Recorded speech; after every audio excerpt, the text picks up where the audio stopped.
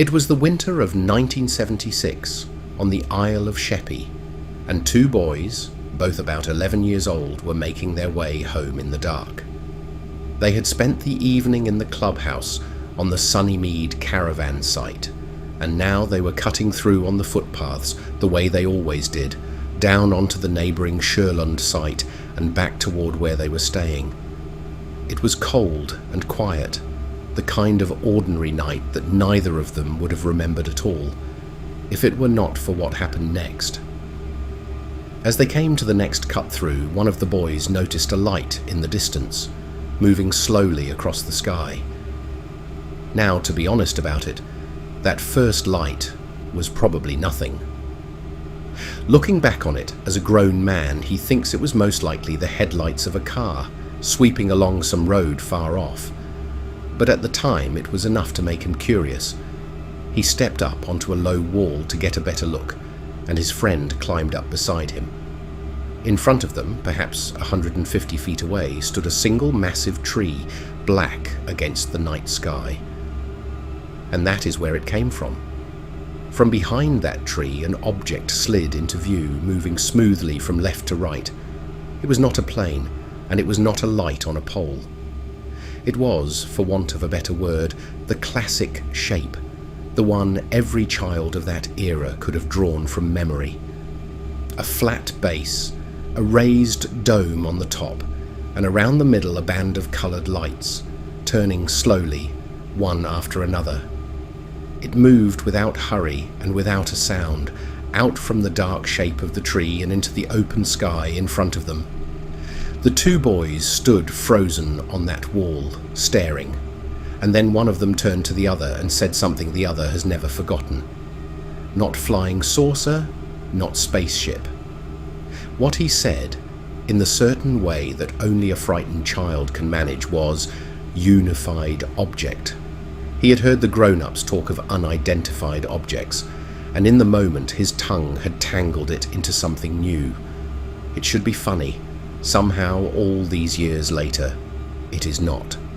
Because in the next instant, everything changed. Without any warning, a bright light appeared directly above the two of them. At first, one boy told himself it was only the street light, flaring brighter the way old bulbs sometimes did, but some deeper part of him did not believe it for a second. They did not wait to find out what it was. They did not look up, and they did not look back. They jumped down off that wall and they ran, harder than either of them had ever run in their lives, all the way back through the dark to the caravan. They hammered on the door. When it opened, the boy's mother took one look at his face. Years afterwards, she would still say that she had never, before or since, seen her son so frightened. The next day, the two boys met up again. Not to play, but to do something that children almost never do. They needed to check carefully with one another that they had both seen the same thing, that they were not mad, and that they had not dreamed it. They compared what they remembered, and it matched. And then, not really knowing what they were even looking for, they went back and searched the ground near that tree for any sign, any mark, any proof at all. They found nothing.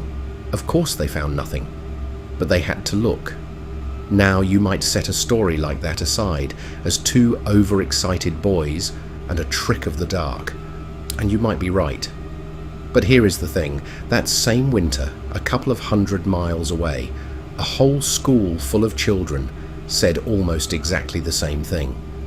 On the 4th of February, 1977, in the village of Broadhaven in West Wales, more than a dozen children at the local primary school reported seeing a silver craft in the field beside their playground. It had, they said, a domed top, and it was there among the bushes and trees at the edge of the field. One of the boys described how the object rose up from behind a bush, silvery and bright and humming, and how the moment they saw it, they all turned and ran. When the headmaster heard the story, he did what any sensible adult would do. He assumed they had made it up.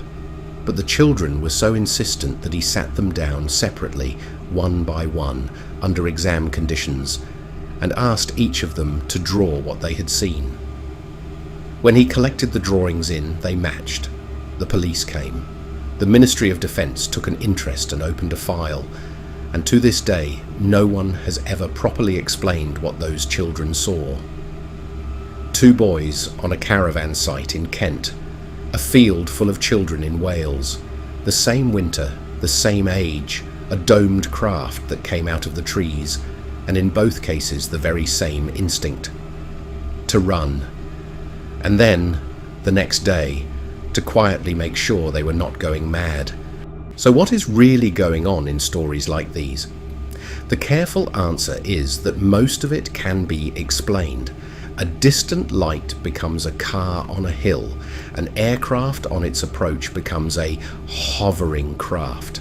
Sheppey, of all places, sits under skies that have carried aeroplanes since the very dawn of British flight.